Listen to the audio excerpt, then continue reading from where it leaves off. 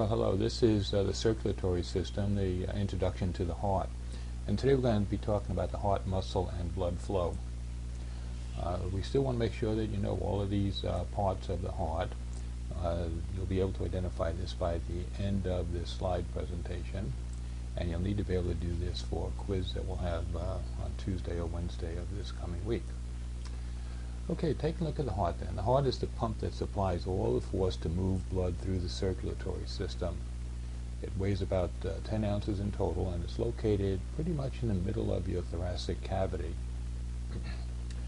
It's located in the mediastinum, which is a mass of tissue that extends from the sternum in the front to the vertebral column in the posterior, and is between the lungs. The heart membrane is made up of a double-walled membrane, and this surrounds the heart. On the outside is the fibrous pericardium, made up of very tough connective tissue, and this is all about protection and preventing overstretching of the heart muscle. Underneath the fibrous pericardium is the serous pericardium, the inner membrane, and this kind of has three layers: a parietal layer, which is a pretty tough outer layer, a cavity, which is filled with lubricating pericardial fluid, and then has a visceral pericardium, and this is the inner layer of the heart membrane.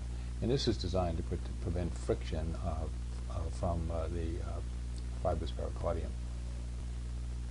The heart wall is made up of three parts. We have the epicardium, the outside part, and that's made up of simple squamous epithelial tissue, and it's got some loose fat embedded in it. The largest part of the heart wall is the myocardium, and this is the actual contracting force of the heart, the real strength of the heart. And then underneath the myocardium is the endocardium, and the endocardium is the inner layer of the heart muscle. And you can see a picture of it here. Two problems that you can have with heart muscle, myocarditis and endocarditis, and these are inflammations of the heart muscle. Myocarditis, as you might assume, is inflammation of the myocardium, and it's oftentimes caused by viral infections, rheumatic fever, radiation therapy, chemicals or medications, certain medications you take. Endocarditis is an inflammation of the endocardium, and it's usually caused by bacteria, and this affects the heart valves. Okay, continuing to look at the heart. The heart is made up of four chambers, two upper and two lower. The upper chambers are called atria, that's singular, atrium plural, and ventricles on the bottom. And the atria receive blood, the ventricles pump blood. The atriums and the ventricles are separated by a wall. The interatrial septum separates the right and left atria, and the interventricular septum separates the right and left ventricles.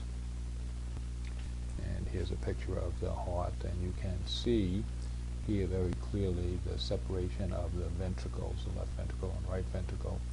The separations of the atrium are a little bit covered by the various blood vessels. Okay, so the heart, we have four valves to control the flow of blood. The purpose of the valves is to ensure one-way flow of blood through the heart, so that you're not pumping forwards and backwards in the heart and losing a lot of pressure. Each valve has a name. The right atrioventricular valve, also known as the tricuspid valve, regulates blood flow into the right ventricle. So this is between the atrium and the ventricle. It allows blood to only flow from the right atrium to the right ventricle. The left atrioventricular valve, it's also known as a bicuspid valve, otherwise known as a mitral valve, regulates blood flow into the left ventricle. And again, this is from the left atrium to the left ventricle. The aortic valve regulates blood flow from the left ventricle to the aorta, the aorta being the largest artery in the heart. And the pulmonary valve, also known as a semilunar valve, regulates blood flow from the right ventricle to the pulmonary trunk. Now, the pulmonary trunk is the pulmonary artery that sends blood to the lungs. One other thing we want to know is the chordae tendineae, and these connect the right and left atrioventricular valves to papillary muscles. and these support closure of the valves when necessary. Okay, so here's a look at those 4 valves. You'll see when we do our dissection of the sheep heart that the valves are named after the appearance. So a tricuspid valve is going to have 3 parts, a mitral valve, which is also the bicuspid, and have 2, and the pulmonary valve that looks like a part of the moon, a certain phase of the moon. So you'll see that when we do the dissection. Okay, so continuing with the flow of blood, let's take a look at the simplified flow of blood from the heart. Well, we have 2 circuits, actually 3. We'll talk about 2 first. On the pulmonary circuit, this is from the right side of the heart, pumps blood to the lungs only, and then back from the lungs into the left atrium. The systemic circuit pumps blood from the right ventricle all the way through the body, through approximately 50,000 miles of blood vessels, and back into the superior vena cava, which then places the blood into the right atrium. Let's take a little bit of a closer look. Oh, well, it looks like my brain is full, your brain is probably full, so let's just cut this right here. In our next lecture, we're going to talk about how blood flows through the body. So now you should be able to label this heart, so let's see if you can do that.